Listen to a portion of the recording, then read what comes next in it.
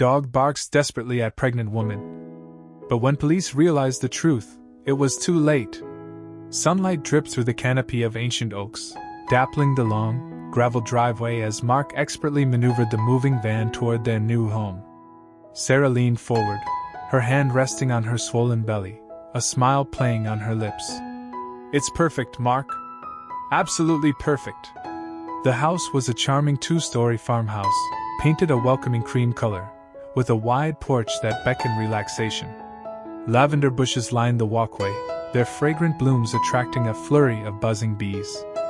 Mark parked the van, killed the engine, and turned to Sarah, his eyes mirroring her excitement. "Ready to start our new chapter?" She squeezed his hand, a wave of tenderness washing over her. "More than ready." The unloading was a flurry of activity. Mark, energized by the fresh country air, tackled the heavier boxes while Sarah directed the movers, carefully navigating the uneven terrain.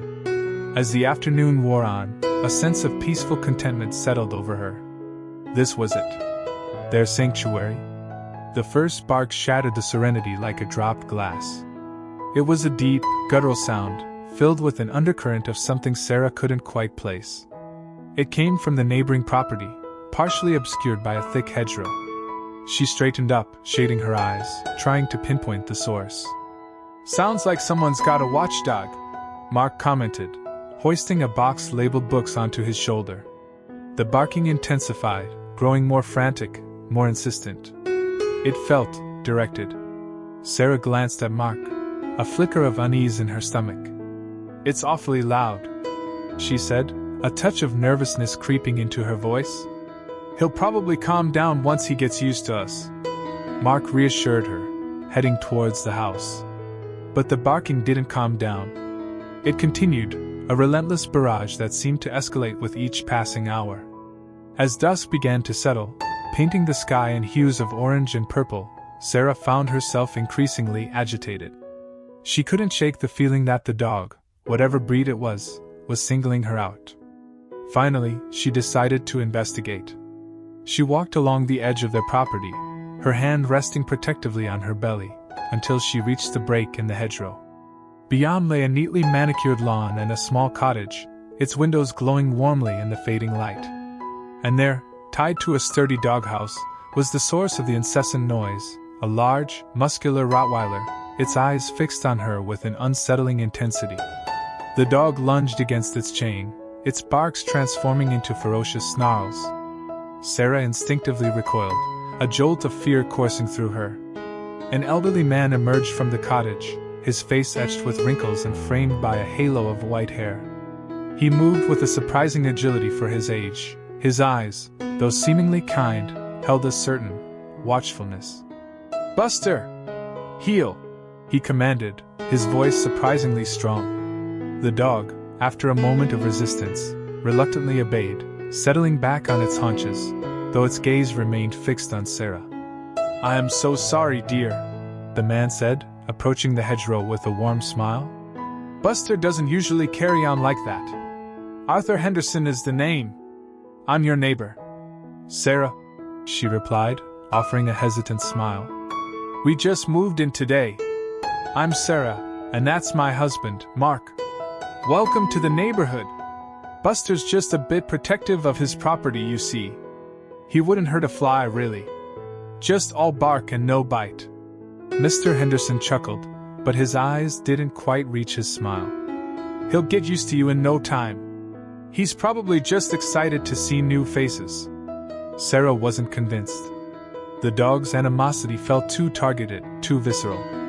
But she didn't want to cause trouble on her first day. "I hope so," she said, forcing a polite smile. "It's just, the barking is quite loud." "Oh, I understand, dear. But don't you worry. He'll settle down. He always does." Mr. Henderson patted Buster on the head, his gaze lingering on Sarah for a moment longer than she felt comfortable with. "Now you run along and get settled. I'll make sure Buster doesn't disturb you any further." As Sarah turned to walk back to her house, she couldn't shake the feeling of being watched. The barking had subsided, but the silence felt even more unsettling. She glanced back at Mr. Henderson, who was still standing by the hedgerow, his silhouette outlined against the warm glow of his cottage window. He raised a hand in a friendly wave, but Sarah couldn't help but feel a prickle of unease. Something about the man and his dog felt wrong. Whispers and unease. The barking had burrowed under Sarah's skin. It was a relentless, gnawing sound that clawed its way into her dreams, twisting them into grotesque parodies of nursery rhymes. Sleep became a battlefield, each attempt a losing skirmish against the relentless canine assault. The exhaustion was a heavy cloak, dragging her down, blurring the edges of her thoughts. Even the vibrant colors of the baby's room, which she'd painstakingly chosen, seemed muted, drained of their cheer. One morning, she found herself staring blankly at a half-eaten bowl of cereal, the milk growing warm and skin-like on top. Mark, oblivious, was humming cheerfully as he packed his lunch. It's the barking, Mark," she finally said, her voice raspy. "I can't sleep. I haven't slept properly in days." He stopped humming, turning to her with a concerned frown. "The dog? Honey, are you sure? Maybe it's just pregnancy insomnia. It's perfectly normal." "No, it's not just insomnia. It's different. It's constant, agonizing. It's like it's right outside our window all night, every night." Mark sighed, a subtle sound of impatience. "Sarah, I haven't heard anything. Maybe you're just more sensitive right now. We can talk to Mr. Henderson, but honestly, I think you're overreacting." She felt a flush of anger, hot and stinging. "Overreacting? I feel like I'm losing my mind. I can't concentrate, I'm irritable, and all I hear are those awful barks echoing in my head." He softened, crossing the kitchen to pull her into a hug. Okay. I'll talk to him. I promise. But let's not jump to conclusions, alright? Maybe it's another dog entirely." His words offered little comfort. She pulled away, the scent of his aftershave suddenly cloying. "It's his dog, Mark." "I know it is." Later that afternoon, as Sarah was attempting to coax the baby to kick by gently nudging her belly, a soft knock echoed through the house. It was Evelyn Reed, her neighbor, a woman with eyes as sharp as tacks and a garden overflowing with thorny roses. "Just checking in, dear," Evelyn said, her voice a low, conspiratorial murmur. "Heard you've been having some trouble sleeping." Sarah, surprised, could only manage a weak smile. "Just a bit. The dog next door." Evelyn's expression tightened, her gaze darting towards Mr. Henderson's house.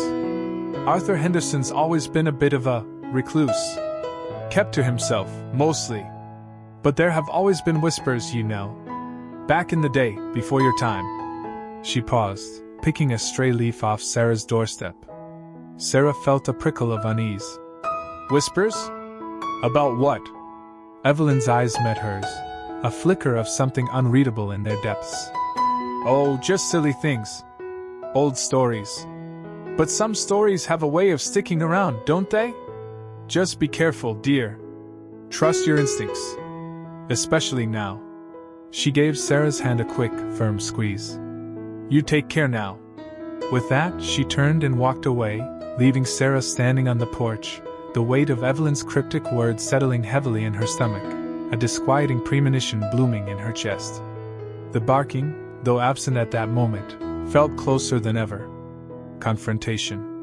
The air hung thick with the cloying sweetness of roses and the earthy tang of freshly turned soil as Mark pruned. Then, a familiar, unwelcome sight, Buster, Henderson's behemoth of a mutt, had Sarah pinned near the property line. No friendly wolf this time, just a menacing, low-frequency growl that resonated deep in Mark's bones. Sarah clutched her pregnant belly, her face a mask of fear. Shears clattered against stone as Mark dropped them, the sharp sound slicing through the tension. "Buster! Down!" he commanded, his voice stronger than his confidence. The brute remained laser-focused on Sarah, the rumble in his chest growing louder. Tears welled in Sarah's eyes, a silent plea. That was all it took. Mark scrambled over the hedge, unmindful of the thorns tearing at his clothes. "Buster! Heel!" He advanced, a controlled purpose in his stride. The dog finally diverted his gaze, fixing Mark with an unsettling stare. For a tense beat, Mark feared he'd become the target. Just then, a sharp whistle cut through the air. Henderson stood on his porch, a faint, unsettling smile gracing his lips. "Buster, come!" The dog, instantly transformed, bounded back to his master, tail wagging. Adrenaline coursing through him, Mark confronted Henderson. "You need to get that dog under control," he said, his voice tight with suppressed fury. "He's terrifying my wife. She's expecting, for God's sake." Henderson's smile evaporated. He seemed smaller than Mark remembered, almost fragile, yet his eyes burned with an unexpected intensity. "He's just being protective," Henderson rasped. "He wouldn't hurt a fly." Protective? He had her cornered.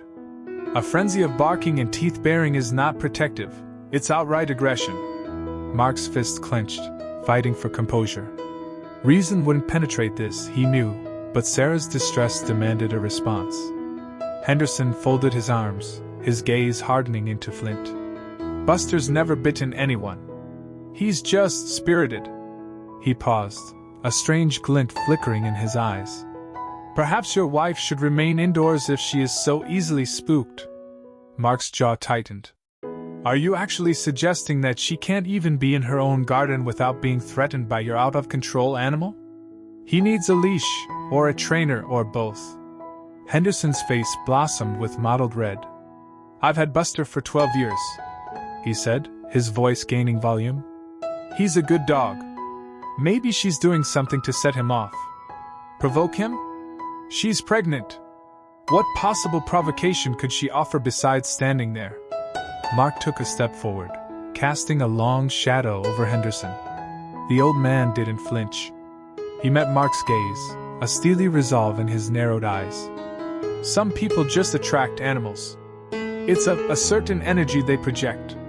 Perhaps she ought to consider that." Mark stared, momentarily silenced.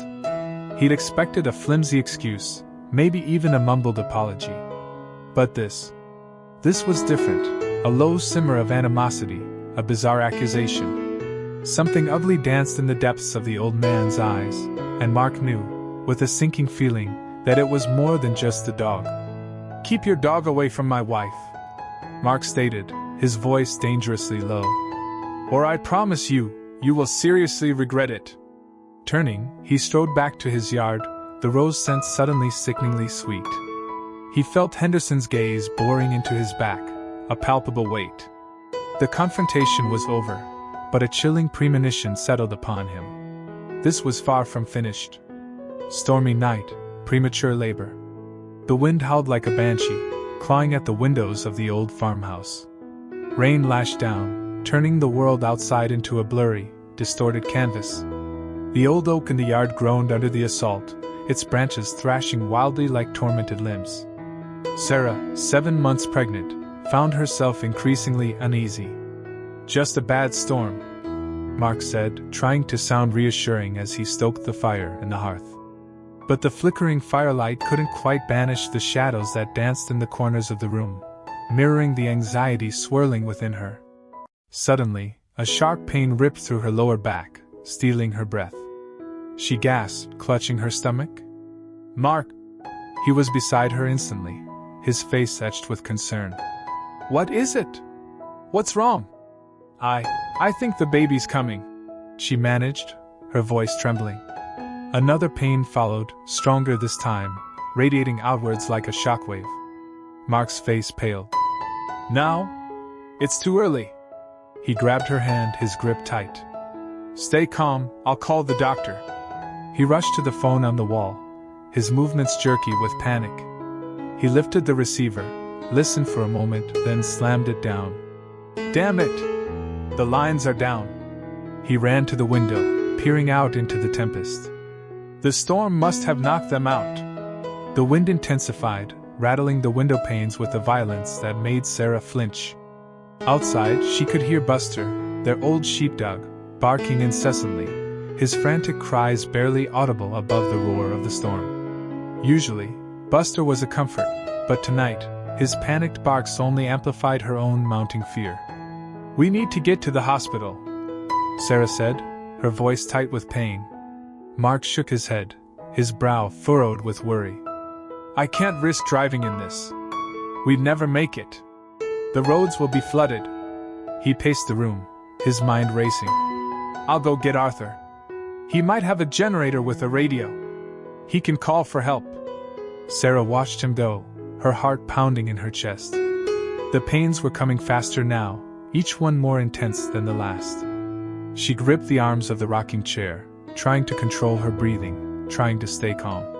Left alone, the incessant barking and the storm's fury felt oppressive. She looked out the window. The lights were on in Arthur Henderson's house across the field, casting an unnatural glow in the darkness. She shivered, despite the warmth of the fire. There was something about Arthur, a watchful intensity in his gaze, that made her uneasy. He was always so eager to help, so quick to offer advice. She had dismissed her feelings as the anxiety of impending motherhood, but now, alone and in pain, a seed of doubt began to sprout. Mark returned moments later, his face grim. Arthur's not home. His truck's gone too. Sarah closed her eyes, a wave of despair washing over her. They were completely alone. The baby was coming, too soon, and the storm raged on, isolating them from the world. Stranded. The tires spun, spitting mud that splattered against the windshield like brown rain.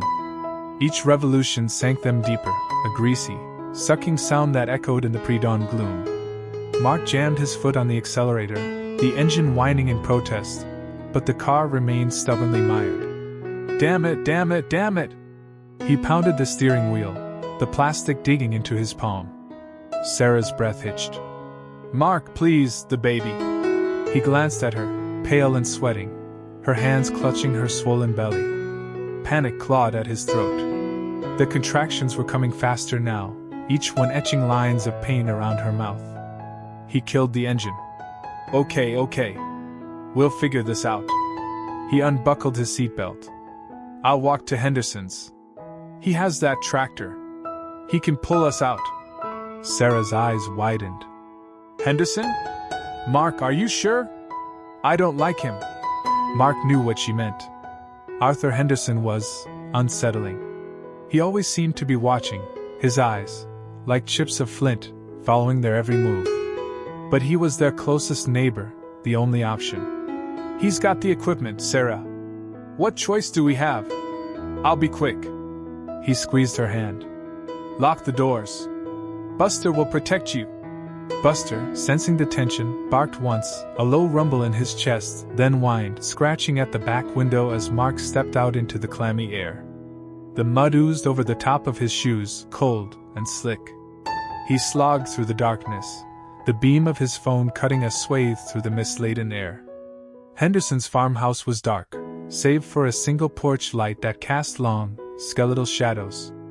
Mark hesitated at the gate, the rusted metal cold beneath his fingers. He took a deep breath and pushed it open, the hinges groaning in protest. He knocked on the door, the sound hollow in the stillness. After a moment, the porch light flickered, then the door creaked open, revealing Henderson silhouetted against the dim interior. Mark? Something wrong? His voice was a low rasp, like dry leaves skittering across pavement. My wife, Sarah, she's in labor. We're stuck in the mud down the road. I was hoping you could help us with your tractor. Henderson was silent for a long moment, then nodded slowly. I'll get my boots. Back at the car, Sarah felt a fresh wave of pain crash over her. She gasped, clutching the dashboard. Mark? She whimpered, her voice lost in the sudden downpour that drummed against the roof. Buster, agitated by the storm and Sarah's distress, began to bark. Not the playful barks he usually reserved for squirrels, but a frantic, high-pitched yelping that echoed in the confined space. He paced back and forth, his claws scrabbling against the upholstery, staring out the windows as if searching for an unseen threat. Each contraction brought a fresh torrent of barks, piercing and insistent. Sarah tried to soothe him, her voice weak. It's okay, Buster. It's okay. But her words were swallowed by the storm and the dog's escalating frenzy. She was alone, stranded, the rhythmic drumming of the rain amplifying the pounding in her ears, Buster's barks vibrating through her bones. And Mark was gone. The well. Every breath was a ragged knife twisting in her side. Sarah leaned against the gnarled trunk of the apple tree, the rough bark biting into her skin, a welcome distraction from the throbbing agony. Sunlight, fractured by the leaves, danced on the overgrown grass, mocking her stillness. She couldn't lie down, not yet. Lying down meant giving in, and giving in meant she didn't want to think about what it meant. Then she saw Buster. He was at the far edge of the property, near the old well, a place she usually avoided.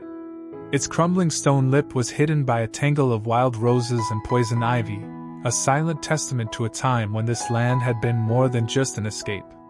He was digging, a frantic, desperate excavation of dry earth and decaying leaves. He wasn't his usual, happy-go-lucky self. There was no playful tail wag, no excited yaps. Just a low, guttural whine that scraped at her already frayed nerves. Sarah pushed herself off the tree, each movement sending a fresh wave of pain through her. She shuffled towards him, her vision blurring at the edges. "Buster? What are you doing, boy?" He didn't stop. Dirt flew, clouds scattering around him like shrapnel. His paws moved with a speed she'd never seen, the muscles in his legs bunching and straining. He looked up at her, his eyes wide and pleading, a thin line of pink tongue lolling from his mouth. It wasn't the look of a dog digging for a bone. It was something else, something more urgent. "Buster, stop!" she croaked, her voice barely a whisper. He whined again, a high-pitched sound that vibrated in her bones, then plunged his head back into the hole. He seemed desperate for her to see something. Arthur Henderson, her elderly neighbor, appeared at the property line, leaning on his walking stick. He always seemed to appear at the most inconvenient times. "Trouble, Sarah?" he called out, his voice carrying easily across the field. "Just Buster being."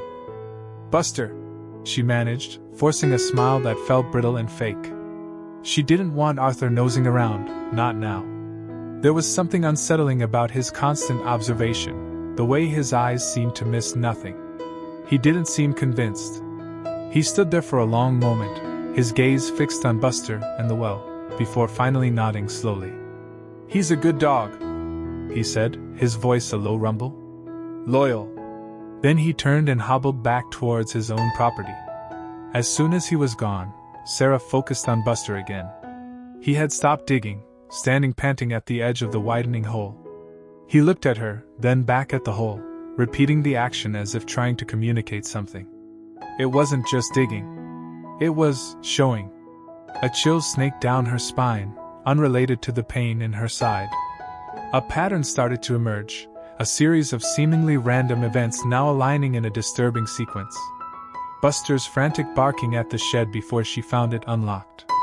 His persistent nudging towards the woods just before she noticed the disturbed earth. And now this. The well. He wanted her to see something. He needed her to understand. And she was beginning to think she knew exactly what. He wasn't just a dog. He was trying to tell her something vital. Something she desperately needed to know. But what? What was down that well? Unearthing the truth.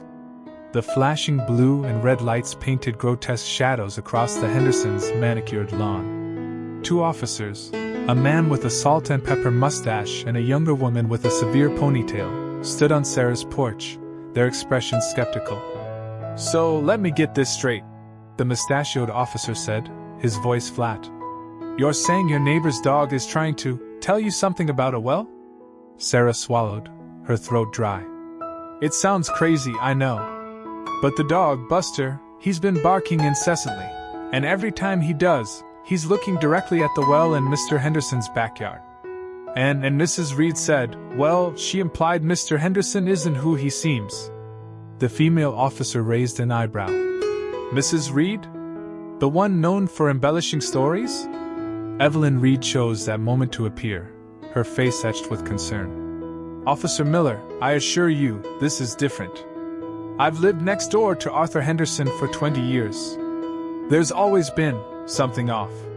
He keeps to himself, avoids eye contact, and that well, he's always been overly protective of it." She wrung her hands, the wrinkles on her knuckles deepening. Please, just check it. The mustachioed officer, Miller, sighed. All right, Mrs. Reed. We'll take a look. But I'm telling you, this better not be a wild goose chase. He glanced at Sarah, his gaze lingering on her pregnant belly. Especially not when a pregnant woman is involved. The officers, followed by Sarah and a hesitant Evelyn, walked across the neatly trimmed lawn to the well. Buster, thankfully quieted by Sarah's presence, whined softly, his eyes fixed on the stone structure. Miller peered down into the well, shining his flashlight. Looks like a well to me. Dry as a bone. Nothing but dirt and some old leaves. Sarah felt a wave of nausea. Had she imagined it all? Was she putting herself and her baby at risk for nothing?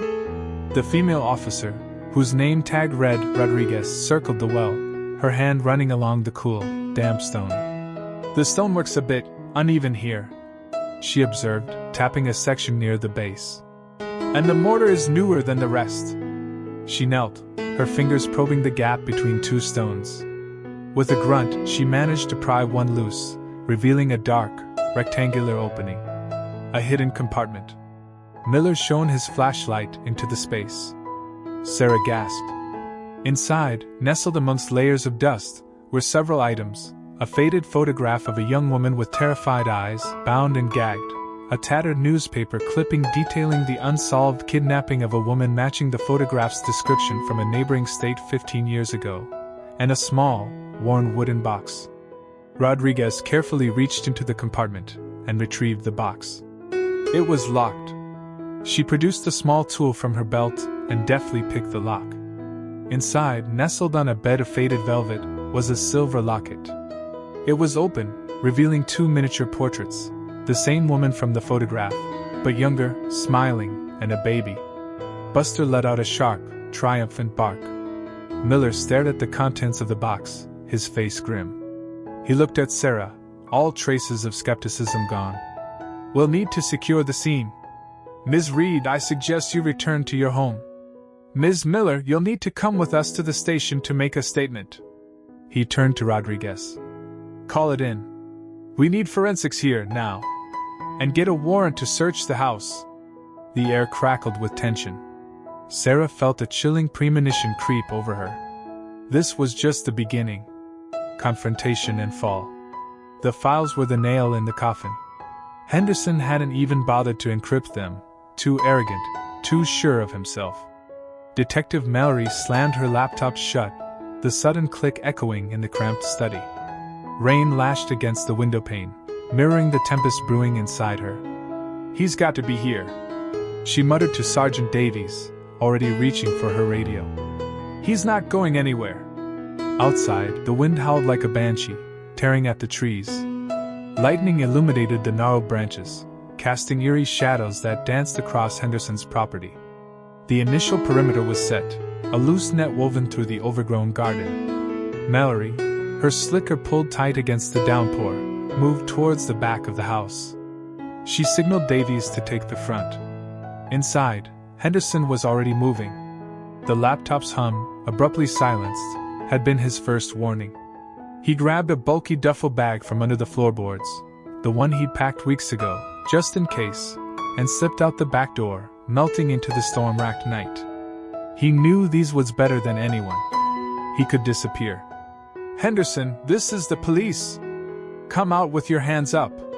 Davies' voice, amplified by the megaphone, was a distorted bellow carried on the wind. Henderson ignored it, his heart hammering against his ribs. The ground was slick with mud, making each step treacherous. He scrambled over a fallen log, the rough bark tearing at his jeans. Mallory saw him then, a fleeting glimpse of dark clothing against the inky blackness. He's heading towards the old well, she shouted into her radio. Intercept. The well. He'd forgotten about the well. It was a relic from the farm that had been here generations ago, supposedly dry, covered by a rotting wooden frame and swallowed by weeds. He risked a glance over his shoulder. Mallory was gaining on him, her flashlight beam cutting through the rain. Panic clawed at his throat. He veered sharply to the left, hoping to circle back through the woods. But the ground gave way beneath him. One moment he was running, The next he was flailing, arms windmilling as he plunged downwards. He ripped at the air, grabbing for anything, but there was nothing to hold on to. The impact stole his breath. A bone-jarring crash, followed by a sickening silence broken only by the relentless rain. He landed in cold, stagnant water, the air thick with the smell of damp earth and decay. Pain exploded in his leg. He tried to move, to assess the damage, but a sharp, agonizing stab shot through him, rendering him immobile. Mallory reached the well just as Davies arrived, panting. The wooden frame was splintered, the ground around it churned up. The beam of her flashlight pierced the darkness within. "Henderson!" she yelled, her voice strained. There was no response. Only the echo of her own voice swallowed by the storm. Davies peered into the abyss. "He's down there," he said grimly. "And it doesn't look good." He started issuing commands into his radio, requesting immediate assistance, paramedics, and a specialized rescue team. Mallory knelt by the edge, the rain plastering her hair to her face. She could hear Henderson groaning faintly, a weak, desperate sound lost in the roar of the storm. He was trapped, exposed, defeated. And as the first responders arrived, their sirens wailing in the distance, Mallory couldn't help but feel a cold, hollow satisfaction. Justice, however messy and chaotic, was finally being served. But a nagging feeling remained, a sense that this was far from over, that the truth was still buried deeper than Henderson at the bottom of that well. New beginnings. "It's him. It has to be Mr. Henderson," Sarah cried, a hand instinctively going to her burgeoning belly. A searing contraction gripped her, stealing the air from her lungs. Beside her, Officer Davies spoke into his radio, summoning assistance, his expression grave. "Ma'am, with all due respect, we can't act solely on instinct, not in your condition." "Are you absolutely certain?" "The dog," Sarah gasped, leaning heavily against the patrol car. "Buster's barking, unlike anything I've ever heard." Agonized. He knew something was amiss. She gestured weakly toward the dilapidated well, nearly consumed by ivy tendrils. "Down there. He's down there. I feel it." Davies hesitated, his gaze flicking from the well to the sheen of perspiration on Sarah's brow. "All right. Stay put. We'll take a look." He nodded towards his partner, Officer Miller, who carefully unholstered his sidearm. Each pulse of pain heightened Sarah's awareness as she watched. She pictured Mr. Henderson, vulnerable and helpless, swallowed by the darkness. The minutes crawled by, punctuated by the relentless chirr of crickets and the approaching shriek of a siren. At long last, Davies reappeared, his features a study in relief and shock. "He's down there. Alive, incredibly, but barely. We need immediate help." The following hour dissolved into a chaotic ballet of flashing lights, urgent commands, and the protesting creak of a winch as they raised Mr. Henderson, caked in mud and unresponsive, from the well's depths. An ambulance sped him away, its siren a piercing cry. Though weakened, Sarah insisted on providing a statement before being ushered into another ambulance herself. Mark was waiting at the hospital, a map of worry etched on his face. "What happened? They said you were involved in a rescue operation?" "Mr. Henderson," she managed, her fingers finding his. "Buster knew. He led us to him. He was trapped in the old well." The doctor's arrival truncated their exchange. "It's time," he announced, his voice calm but efficient. Hours drifted by before the world sharpened into focus once more. The clinical scent of disinfectant hung in the air, and a gentle weight nestled in her arms. Mark's face glowed with adoration as he gazed down at her. "It's a girl, Sarah. She's perfect." Tears flowed freely as Sarah looked at their daughter, this tiny, miraculous being. They christened her Hope. The next morning, exhaustion fought a losing battle against euphoria. As Mark held Hope close, Sarah was adamant about one thing before returning home.